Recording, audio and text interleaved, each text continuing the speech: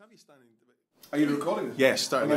I've got a G4. I'm going to record you. Can I record you? Recorded him, recorded me. So yeah, I only get the 3 Gs. Oh, you've still got the G3, Brian?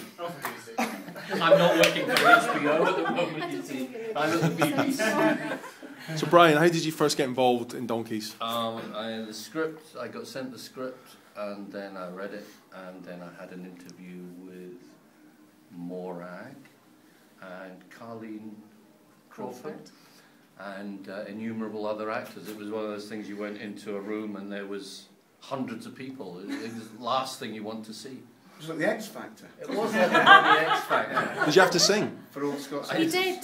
Did I sing? Eventually. Yeah. And I read with various actors, and we acted out some scenes. Morag looked entirely unimpressed. And then That's not true. I went away, and literally months passed. It must have been like 3 months, 4 months, where you thought, well, that film's dead.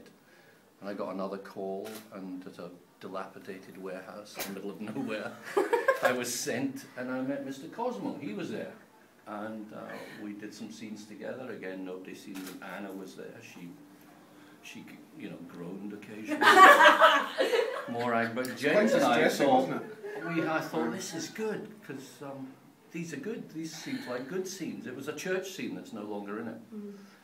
And then more months went past, and my agent phoned me just before Christmas and said they want you to do the film. So I was delighted. He wept with joy. Yeah, I did. Then they mentioned the money. And I did weep. You're right. Tears dried up immediately. Oh, dry your eyes. Yeah. James, how did you enjoy filming it? How did you approach the film? I mean, there's various tones in this. There's very serious, there's very dramatic, there's very funny. Did you approach it as a comedy with dramatic elements, or as a? I still don't know. When you read, I was just virtually looking at the scene we were playing and just wanted to play it just straight down the line the way it was written. There was didn't have to change anything or whatever. It was just right there, and just leave it to the director and the editor to see how that was going to plan out. You know, it was to come and say, "Oh, I'm going to come with a specific plan to play it this." Couldn't do it. I just had to trust Colin's writing, and I had to trust Morag and the rest of the cast, and that's how it panned out, you know. Fantastic. And Kate, you of course were in Red Roads. I was, so Morag was stuck with me whether she went or not. Were you contracted for all 3 films for the Advance Party Trilogy? Yeah. So did you have any idea when you signed up what the second one was going to be like? No, I had no idea at all. You had no idea whether you would just be passing on a bus or whether you'd have scenes or anything. So. Just in Barbara She's got the. And she's got her own wig. You can imagine what it was like. Sorry. Yes, so I was signed up. I knew.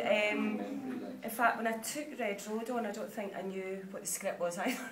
I was like, yes, jobs, I'll take them. So yeah, it's quite exciting because you don't know how your part's going to be or what they're going to do with it, so it's good. Mm-hmm. And are you looking forward to?